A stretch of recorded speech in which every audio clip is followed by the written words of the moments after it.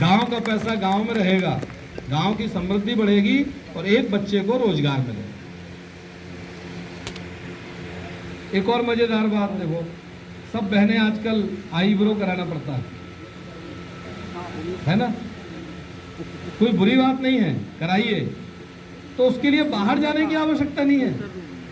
क्या करना है, अपने गांव में ही एक बहन को ब्यूटी पार्लर की ट्रेनिंग कराइए और उसको अपने गांव में ब्यूटी पार्लर खुलवा देना है। सारा गांव मिलकर संकल्प करेगा तो सब लोग वहीं करेंगे उपयोग, तो एक बहन को रोजगार मिलेगा, गांव का पैसा गांव में रहेगा। तो ये जो बाहर जाना पड़ता है ना काम करने के लिए, उसकी आवश्यकता नहीं है।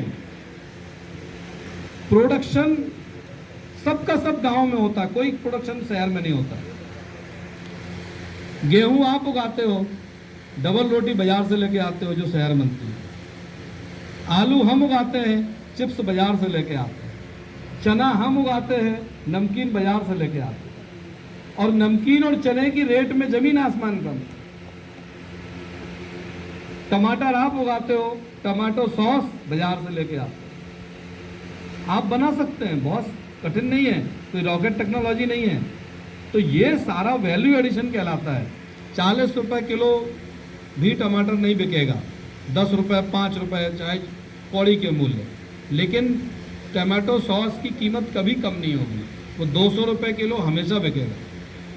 तो हम टमाटो सॉस बना सकते हैं।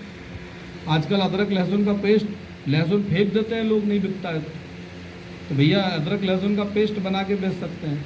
ये वैल्यू एडिशन करने का काम है, ये हमको प्रारंभ करना चाहिए। आपके उगाए हुए मसाले को बाजार में कोई व्यापारी वापस पैक करके आपको बेच देता है। तो सारा मसाला हमारे घर में उगता है, तो पैकिंग भी हम कर सकते हैं ना। तो ये अचार, बड़ी, पापड़, ऐसे 26 प्रकार के उद्योग गांव में प्रारंभ हो सकते हैं जो पहले चलते थे। भारत का व्यापार दुनिया में सबसे आगे था। और आपको आश्चर्य होगा कि भारत में दुनिया में सबसे ज्यादा सोना है,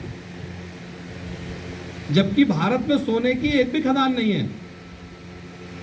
तो आया कहां से?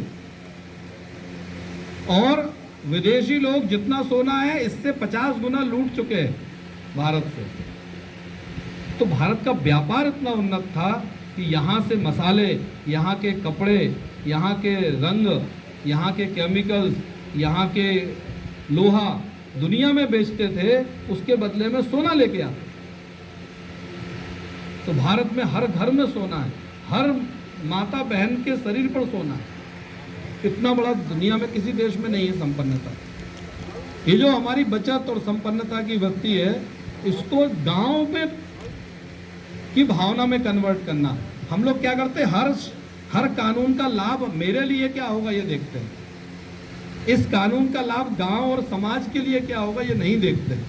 जिस दिन ये देखने लगेंगे उस दिन हमारे गांव की, हमारे देश की तस्वीर बदल जाएगी। हम भी उसी गांव में रहते हैं तो हमारा भी भला होगा। तो ये जो सामूहिक शक्ति है अपनी, जो हमारा ये स्वावलंबन की शक्ति है, ये जो हमारी ताकत है, इसको पहचानना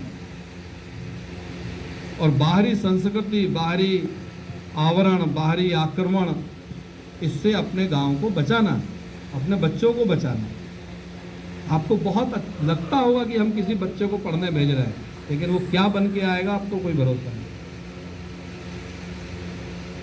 तो इन सब बातों पे विचार करने के लिए और आज का ये प्रशिक्षण है, पुनः याद दिला रहा हूँ कि हमारा इस प्रशिक्षण का सार ये है कि हम कितने ज़्यादा टोले मजरे की ग्राम सभा घोषित कराएं, प्रस्ताव दें, और केवल प्रस्ताव नहीं दें, वहाँ से काम प्रारंभ होगा। और इसलिए हमने आपको मेरा गांव मेरा तीर्थ तक ले गए कि उसको करने के बाद क्या करना है, तो उस दिशा में धीरे धीरे धीरे धीरे आगे बढ़ना और उस प्रकार की गतिविधियां करते रहना। लंबा काम है। तो आप सब उस श्रेष्ठ कार्य के और दैवीय कार्य के पैरोकार बनेंगे, वाहक बनेंगे, ऐसी मेरी शुभकामनाएं हैं। आप सबने मुझे सुना, इसलिए बहुत बहुत धन्यवाद सभी को। नमस्कार, जय हिंद, जय भारत।